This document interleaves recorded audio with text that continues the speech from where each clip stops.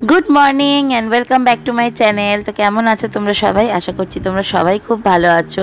আর এই মাস্ক পরে পরে মাস্কের আড়ালে যে কি কথা বলি, অর্ধেক হয়তো বলি, তারপরে বাড়ি গিয়ে দেখি যে ঠিকমতো হয়তো সাউন্ডই আসেনি, তাই এই সবসময় ভয়েস ওভার দিতে হয়। তো যাই হোক, এখন বাজে হচ্ছে 6টা 20, রাস্তাঘাট দেখো পুরো ফাঁকা।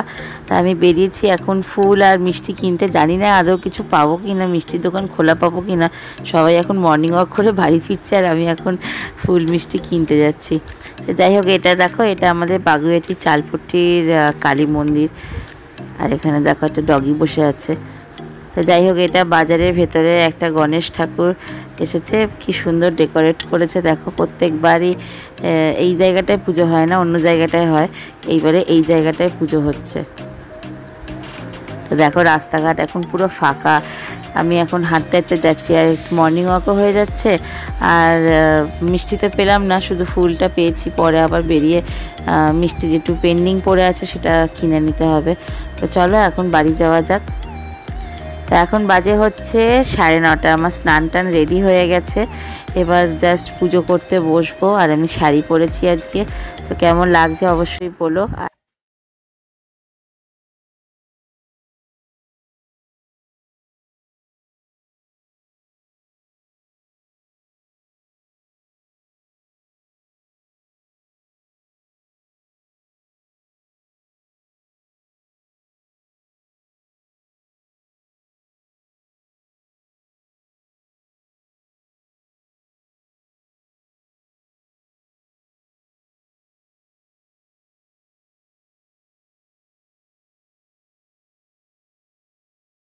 Good morning and welcome back to my channel. তো আজকে গণেশ চতুর্থী, আমি এখন সেজেগুজে রেডি হয়ে গেছি, পুজো করবো একটু পরেই। 10:30 বাজে, স্নান হয়ে গেছে, আমারও হয়ে গেছে, ডলুরও হয়ে গেছে। বেশি কথা বলবো না, কারণ আমাদের পাশের ফ্ল্যাটই মাইক দিয়েছে, খুব জোরে গান হচ্ছে। তো তোমরা কথাও শুনতে পাবে না, তার থেকেও বড় কথা আমি কপিরাইট পড়ে যাবে। ঠিক আছে, তো আমি তোমাদের সাথে পুজো একদম হওয়ার শেষে আমি তোমাদের সাথে কথা বলবো। ঠিক আছে, তো চলো। আর কেমন লাগছে কিন্তু অবশ্যই জানিও। হ্যাঁ, চলো পুজো একটু পরে শুরু করি। তোমরা দেখতে থাকো ভিডিওটা, আশা করি ভালো লাগবে।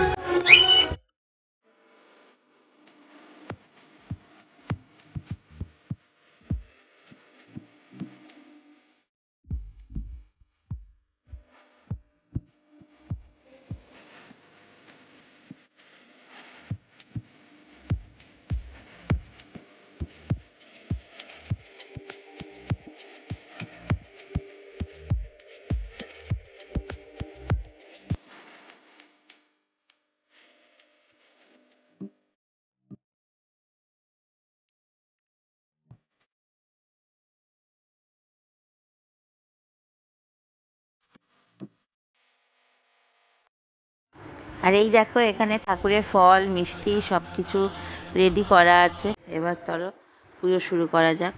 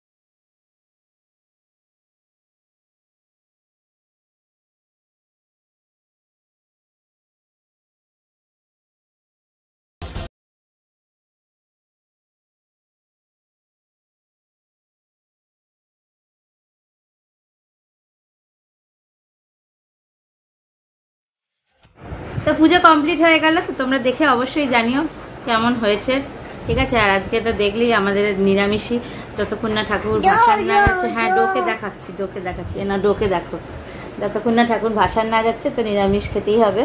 আজকে দেখলে পোলাও, আলুর দম আর পনির হয়েছে, আর সেরকম কিছু হয়নি। সবার ফ্ল্যাটে প্রসাদ দেওয়া সব কিছু কমপ্লিট করলাম। এখন বাজে হচ্ছে কটা জানো, 3:30। শুধু ডোল কি হচ্ছে বল, কাউরির এখনো লাঞ্চ হয়নি, সৌরভের স্নান হয়নি, কিচ্ছু হয়নি। এই যাবে ওরা সব স্নান করতে, আমার চোখে আবার কি পড়লো। তো যাই হোক, সেই 3:30 থেকে আমার চলছে। অ্যাকচুয়ালি 3:30টার সময় কালকে উঠতে মানে আজকে উঠতে হয়েছে ভোরে। ডলু কালকে ওকে ইভিনিংয়ে খাওয়ানোর পরে আমি আর সৌরভ একটু স্কুটি নিয়ে বেরিয়েছিলাম যে গণেশ ঠাকুর এসছে অনেক জায়গায়, তো চলো একটু দেখে আসি। দেখো ওই লাকড়ি কি কাঠি হয় ওইটাই করছে, টকবক, ঠিক আছে। দিয়ে হ্যাঁ করো, তুমি ছালো। দিয়ে তারপরে ও গাড়িতে চলতে চলতে হ্যাঁ দমদম পার্কের ওইখান দিয়ে ঢুকেছি। এসো আমার কাছে। হ্যাঁ করো, লাকড়ি কি কাঠি, হ্যাঁ করো, খুব ভালো হচ্ছে, করো। হ্যাঁ খুব সুন্দর হচ্ছে, হ্যাঁ করো। হ্যাঁ খুব ভালো হচ্ছে, করো। হ্যাঁ করো করো। এই তো এসো, আসবেও না। তো যাই হোক, দমদম পার্কে ঘুরছিলাম, ওখানে এত ঠান্ডা ঠান্ডা হাওয়া দিয়েছে, স্কুটিতেই ঘুমিয়ে পড়েছে। দিয়ে ব্যাস রাতের বেলা সারা রাত ওঠেও নি, কিছু খায়ও নি। আর ওকে কাঁচা ঘুম থেকে তুলিয়ে দিলে পরে প্রচন্ড কান্নাকাটি করে। দিয়ে একবারে ভোরবেলা আজকে 3:30টায় উঠলো। দিয়ে 3:30টায় ওঠার পরে 6:30 না 3:30 ওঠার পরে এখন কনস্ট্যান্ট চলছে। তারপর থেকে এক ফোঁটাও ঘুমায়নি। আমি বাজারে গেলাম, তখন বাজে তোমরা দেখেছো, তো রাস্তাঘাট পুরো ফাঁকা, শুধু ফুল। দিয়ে তারপরে আবার বেরিয়েছিলাম মিষ্টি আনার জন্য।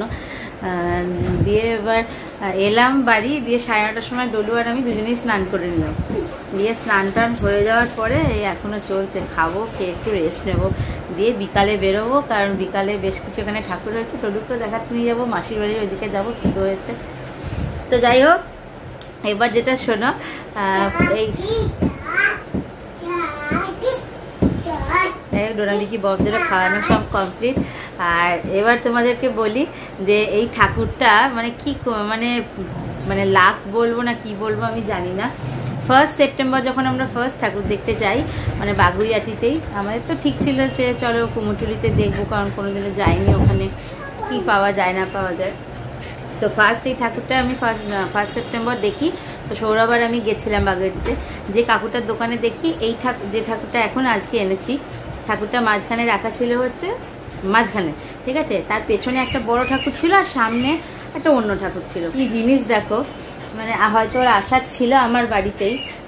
তো পেছনে যে ঠাকুরটা, সেইটা ঠাকুরটা সব ভালো ছিল, কিন্তু মাথার পাগড়িটা ভালো ছিল না। তোমাদেরকে আগে ব্লগে বলেছিলাম না যে আমি একটা মনের মতো ঠাকুর চাইছি, যে এরকম হবে।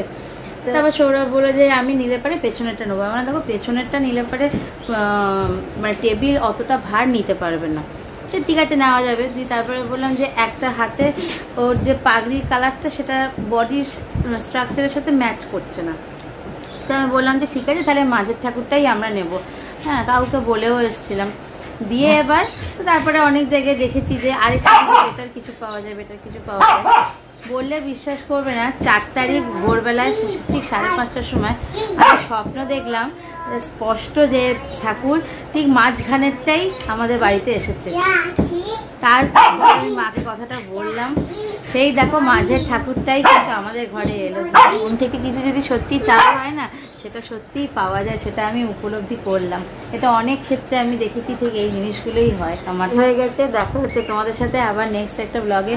সবাই ভালো থেকো, কেমন হয়েছে অবশ্যই জানিও, ঠিক আছে। এই বছরের মতো গণেশ পুজো শেষ, আবার নেক্সট ইয়ার কি হবে ভগবানই জানে, ঠিক আছে। তো চলো টাটা, সবাই ভালো থেকো, খুব ভালো করে এনজয় করো। দেখা হচ্ছে নেক্সট ডে।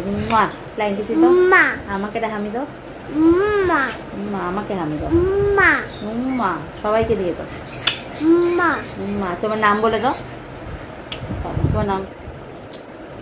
তোমার নাম বলে দাও।